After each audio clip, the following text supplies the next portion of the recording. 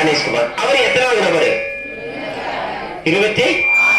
அவர் பதவியேற்ற நாளை குறிச்சு வச்சுக்கணும். புரியுதா? நான் என்னோட ஸ்டேட்டஸ்ல போட்டிருக்கேன். அதெல்லாம் இருக்குது, நீ பாரு, சும்மா செல்ல பாரு, செல்லு வச்சிருக்கல. நான் என்னோட ஸ்டேட்டஸ்ல போட்டிருக்கேன், டெலிகிராம்ல போட்டிருக்கேன், வாட்ஸ்அப்ல போட்டிருக்கேன். 2026 தமிழகத்தில் நடைபெறுவது எத்தனாவது சட்டசபை தேர்தல்? எத்தனாவது சட்டசபை? 17. அதாவது புரிஞ்சுக்கணும், 16வது சட்டசபை தேர்தல் முடிஞ்சிருக்குது போல 2021. இப்ப 2021 தமிழகத்தின் முதல்வர் யாரு சொல்லு? 2021 தமிழகத்தின் முதல்வர் யாருமா? முழிக்கிறையா? மு.க. ஸ்டாலின். என்னையாது அவரை கூட தெரியாதா? அதே போல தமிழகத்துல துணை முதல்வர் வந்திருக்காங்க, அதை தெரிஞ்சு வச்சுக்கணும். தமிழகத்தின் முதல் துணை முதல்வர் யாரு? பைத்தியம். தமிழகத்தின் முதல் துணை முதல்வர் யாருன்னா மு.க. ஸ்டாலின். என்னமா இப்படி? தமிழகத்தின் முதல் துணை முதல்வர் மு.க. ஸ்டாலின். அடுத்து யாரு? ஓ பன்னீர்செல்வம். அடுத்து மூன்றாவது யாரு? யார்? உதயநிதி. தெரிஞ்சு வச்சுக்கணும். அதே போல துணை முதல்வருக்கு எந்த ஆர்டிக்கல் கேட்பா? அப்படியெல்லாம் இல்ல. புரியுதா? துணை முதல்வருக்கு துணை பிரதமருக்கு என்ன ஆர்டிக்கல் இல்ல. புரியுதுங்களா? இது அவங்களா போட்டுக்கிறது. நம்ம இந்தியாவில் முதல் துணை பிரதமர் யாரு? ராதாகிருஷ்ணன். துணை பிரதமர் என்னமா?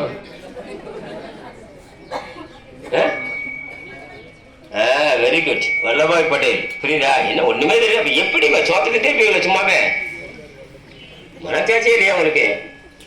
சரி, பரவாயில்ல, தெரிஞ்சுங்க வல்லபாய் பட்டேல். அப்ப நிறைய பேர் துணை முதல்வர் இருக்கா பாத்தீங்களா? உங்களுக்கு பிரதமர் இருக்காங்க, அதெல்லாம் வரிசைப்படுத்தல. புரியுதா? லிஸ்ட் நாங்க தர்றோம், பாத்துக்க. அடுத்த கேள்வி பாருங்க. மணிப்பூர்ல இப்ப என்ன குடியரசுத் தலைவர் ஆட்சி அமல்படுத்தியாச்சு, தெரியுமா தெரியாதா? எத்தனாவது முறை அமல்படுத்திருக்காங்க? அது கொடுத்துருக்காங்க 11th டைம், 11வது முறை. அடுத்து நோட்டா கொண்டு வந்தாங்க. இல்ல நன் ஆஃப் தி எபோ, யாருக்கும் வாக்களிக்க விரும்பவில்லை. 49 ஓன்னு முதல் இருந்துச்சுமா, தெரியுமா தெரியாதா? முதல் 49 ஓ. இப்ப நன் ஆஃப் தி எபோன்னு கொண்டு வந்தா. இந்த நன் ஆஃப் தி எபோ எப்போ வந்துச்சு? 2009 புக், 9 சோசியல் சயின்ஸ் மட்டும் படி 2014 கொண்டு வந்தாங்க. இப்ப இந்த நோட்டா கொண்டு வந்தோம்னால எந்த லோக்சபா தேர்தல்ல ரொம்ப குறைவான வாக்குனா எந்த? 2024. இப்ப அப்ப 2024 மக்களவை தேர்தல் நடக்குது. இந்த 2024வது மக்களவை தேர்தல் எத்தனாவது மக்களவை நம்ம நடந்துட்டு இருக்குது? 18. புரிஞ்சுக்கணும். சட்டமன்ற தேர்தல் 16 இப்ப நடக்கிறது, மக்களவை நடக்கிறது 18. ஒண்ணு குறைச்சு வரும் தமிழ்நாட்டுல. புரியுதுங்களா? தெரிஞ்சு வச்சுக்கணும். இப்ப அடுத்த வருஷம் எந்தெந்த மாநிலத்தில் தேர்தல் நடக்க போகுது? தமிழ்நாடு, கேரளா, மேற்கு வங்காளம். தெரியுமா? அதுல பாரு, நம்ம தேர்தல் ஆணையர் வந்திருக்காரு, அவர் சொல்லிக்காரு. மிஷன் 500 என்ற திட்டத்துடன் தொடர்புடைய நாடுகளில் ஒண்ணு இந்தியா மற்றும் நாடு அமெரிக்கா. புதிய வருமான வரி சட்டம் கொண்டு வந்தாங்கம்மா. 1960 கொண்டு வந்தாங்க. அந்த சட்டத்தை மாத்தி புதிய வருமான வரி சட்டம் கொண்டு வந்ததுல அந்த வார்த்தை சேர்த்திருக்கான். என்னென்ன வார்த்தை சேர்த்திருக்காங்கன்னா வரி ஆண்டு. புரியுதா? Tax year. ஞாபகம் வச்சுக்க. அதான் நீக்கிட்டியா? முந்தைய ஆண்டு மதிப்பெண் ஆண்டு நீக்கிட்டானுங்க. நீக்கிட்டு என்ன கொண்டு வந்திருக்கான்? வரி ஆண்டு, டாக்ஸ் இயர்.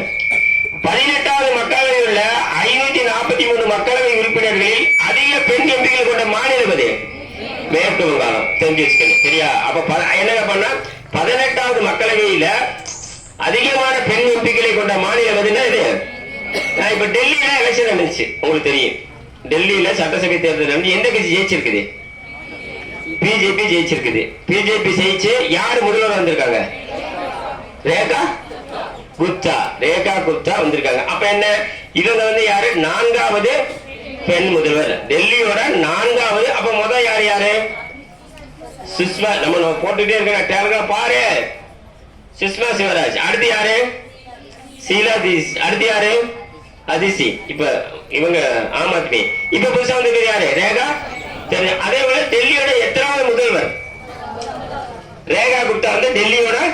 இல்லைங்க, நான் அந்த கட்சி இல்லைங்க இந்த கட்சி இல்லைன்னு சொல்லக்கூடாது, நமக்கு பரீட்சையில வரும். அவ்வளவுதான். சரியா?